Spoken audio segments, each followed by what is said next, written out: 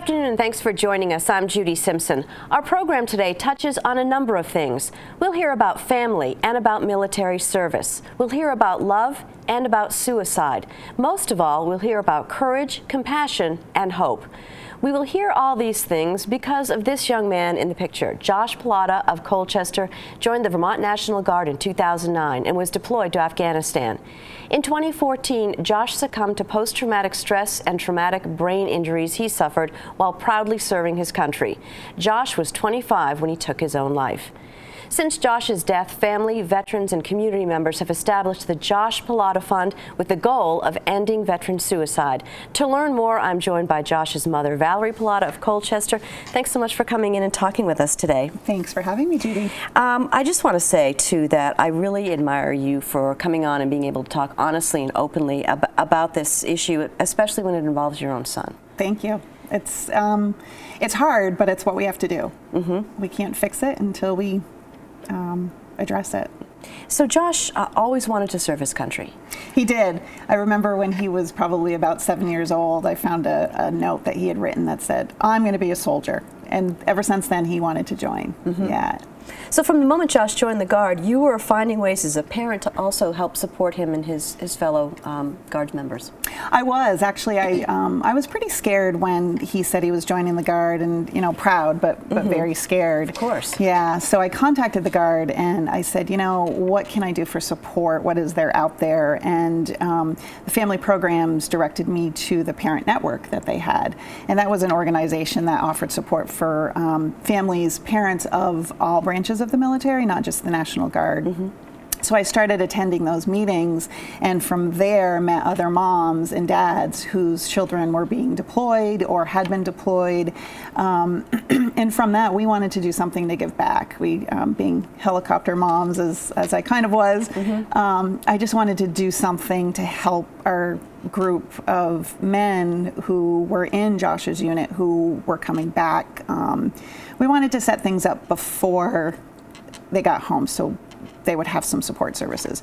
So we did a lot of research and found Blue Star Mothers of America, which is a nonprofit veteran service organization that has been around since World War II.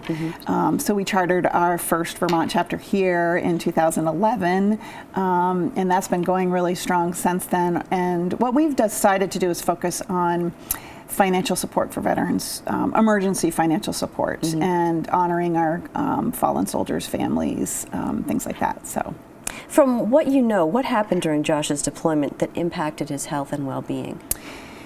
So Josh was pretty young. He turned 21 when he was over in Afghanistan, and he had never seen, like a lot of our young soldiers have never seen the likes of what happens on deployment. And he was in a pretty dangerous place. It was combat outpost Herrera, and there were only 100 soldiers there, and it was right along the Pakistani border. And on August 11th, 2 of the soldiers who were in their unit were killed, Tristan Southworth and Stephen DeLuzio. And that really impacted them pretty hard. And I think that was pretty instrumental in Josh's healing when he came home. It just was something that he just couldn't get through. He had never really known loss before. Right. And so you've learned firsthand about post-traumatic stress, not only from your son, but from his fellow servicemen. What do they say about it? I think it's different for everybody. Some veterans are really crippled by it, and other veterans are really doing amazing. They found the coping tools and techniques, I think, that help them to work through it. A few of the guys in his unit have been suicidal, and thank God they're still here today and really making strides in their recovery. And I think one of the big things is it's not, they don't want to be victims. They don't want to feel like a victim. They've gone through a war. They've done things that they don't want to remember. They've had to see things that they don't want to remember. But I think the being able to work through and having people treat them normally as a normal person is what they want to see, what they want. And so when was the Josh Pallotta Fund started, and what's the goal? So we started it after Josh died. When he ended his life in 2014, because of my involvement with Blue Star Mothers, we had started receiving a lot of donations. People just wanted to help, and they didn't know how, so they just started to donate money. And through Blue Star Mothers, we set up a separate account and just designated it as for funds for Josh. And then we went through the first 6 months, I feel like, my husband and I, and the family, with shock. And you're numb. And we really decided we wanted to be very thoughtful in what we were going to do with the money, and we wanted to hear from veterans what they wanted and what they needed. So we chartered the Josh Pallotta Fund and set that up as a nonprofit organization. And we're still trying to figure out what our veterans want and need. We don't want to jump into something and start spending money and have it not be effective. Right. So you're considering a facility. We are. So when we talk to veterans, specifically veterans who were with Josh's unit, because they're closest to him and he was the one who ended his life, and I wanted to touch them first and see what they felt was needed that could have saved his life, that could help them. And they all said, we just want a place to hang out and be together and play video games. And from there, I had been doing aromatherapy work since 1994, and I knew that there were some complementary and alternative therapies that would help with post-traumatic stress and depression and things like that. So we decided we wanted to develop a facility that was a combination of a wellness and recreation center that would combine the complementary therapies and massage and chiropractic and yoga and meditation, these things that have been shown to be effective for veterans or anybody with post-traumatic stress and depression. And then combine it with a recreation center, having a game room and a video room and a place for studying and peer-to-peer counseling. And then we wanted to have a kitchen in the center to kind of bring everybody together, like a community meal. And we wanted to teach cooking lessons for veterans and just have a place for a veteran to come and just get away. A lot of veterans who are going to school and have families just need a place to get away and study. Just a timeout. Just a timeout, yeah. So that's kind of what our vision is. And then we also want to eventually have a place where we can offer gardening and horse therapy and pet therapy and woodworking and farming and things like that. So. Is it because veterans who are coming back feel an isolation?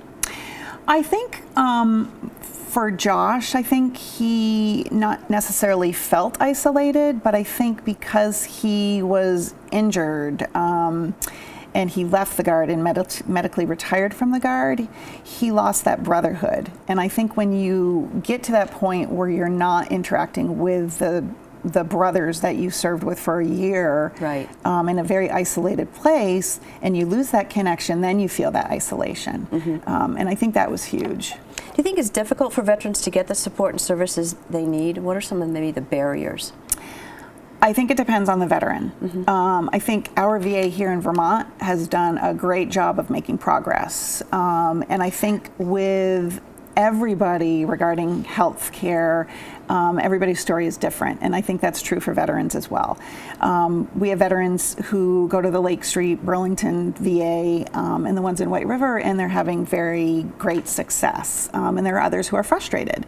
So I think that's it's a confusing, not a confusing question, but it's an answer that it's hard to answer because everybody's different. Right, so many individual issues. Right, right. And so how are you raising funds for Josh's house? So we're doing it by just strictly donations and events. We're looking at doing some grant writing, but we haven't gotten that far yet. I work almost full time too, so this is kind of like my second job working on this. And we have a great committee, but they all have jobs. So we're really slowly trying to do some of these things. But for now, a lot of our fundraising is from events.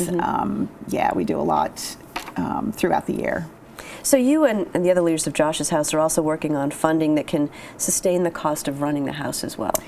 Yeah, and we're really trying to figure out what that is. And I think part of it is having veterans come up with something to do to make money, whether it be doing woodworking and selling the products, or farming or gardening. And that's something that we're looking at experts to help us with. We have a lot of people who are saying, oh, I have a great place for you for Josh's house, and this is a great location. But we only have about $171,000 right now, and I think we need about $1 million to sustain it. So we're looking at ways to sustain the income and pay for it and let it support itself. Because that's really important to you, that it's going to be an ongoing concern. Yeah, absolutely. And I don't want veterans to have to pay for it. I mean, we've thought about maybe doing a membership program if veterans can afford it. Maybe they have dues that they pay. But yeah, that's the biggest concern for me. So are there any upcoming events for fundraising? Yes, we have. We've been working with 14th Star since 2015, and as our viewers probably know, 14th Star does a lot of community support. They're owned by veterans, Steve Gagne and Matt Cahea. And they have been doing a commemorative beer label launch for us every year. So we have the fourth, let's see, 15, 16, 17, 18, fourth annual coming up on April 7th. So we release a new can design that always has a picture of Josh on it, and they're pretty amazing. And then we have our annual hockey tournament on May 12th, I believe, at Carnes Arena in South Burlington. And we're hoping to have some former NHL players playing in that tournament. So yeah, I can't say yet because we haven't been given a full commitment, but that's always a fun event. And then we're looking for a barbecue type cook-off in the summer, and then we usually do something in September around suicide prevention. And Josh's date was September 23rd that he ended his life. So, is it difficult to talk to people and to get people excited about going to an event when you have to talk about the issues of suicide and some of the other significant issues that are facing veterans? I don't find it difficult. I mean, I find it difficult in that I'm the mom whose son ended his life, and that's difficult. And it's a balance between the grief and the go, fundraise, let's do this. But when we talk about these events for people, the 14th Star event, it was their largest event, and it happens every year. The Poorhouse has been very supportive, and they get inundated with people. They did a golf tournament for us. The Ray Hadley tournament was for Josh's fund last year. So it was mobbed. People talk about it and they want to be involved because everybody has a veteran in their life, whether it's a family member or a neighbor or somebody you know. And they all know that suicide among veterans is very high, and it's something that shouldn't happen. So it's hard to talk about it, but then it's easy to talk about it because I think we're doing a great thing. What do you hear from other parents? There are parents who are struggling, and there are parents who are just, let's do this. It's hard because some new parents whose children are now joining the services, being deployed, they're scared. And I remember I was there. And sometimes it's hard for me to reach out to them because I don't want them to feel like my son experienced a horrible deployment. He lost buddies, he came back and struggled with post-traumatic stress and then ended his life. And for me, that's a hard, fine line to walk because I don't want somebody to be scared because of what happened to Josh. And I do think there are ways to help prevent that. I do think setting them up with coping skills as soon as they return or before they're returning. And I think the military is doing a better job of that. I know the National Guard, I think since Josh's death, has really worked hard on pushing the resiliency training, and I think it's some of the veterans are like, I'm tired of resiliency. So I think they're learning from this, and I think they're making things happen. So I think parents, if they get involved and they talk to other parents, I think that's the best. Now, you have a website, too, that has a lot of information. Maybe you could tell folks how they can find that. We do, sure. It's joshpallottafund.org. It's, if you just Google, it's joshpallotta.org, and we have a lot of information on the website. Our contact info is on there, our mailing address. We have a survey out now. We're trying to gather information on what veterans want and need. So if you're a veteran and you haven't completed the survey, please do it to help us out so we can figure out how we can support you. We've got about a minute left. Anything you want to leave us with, a thought?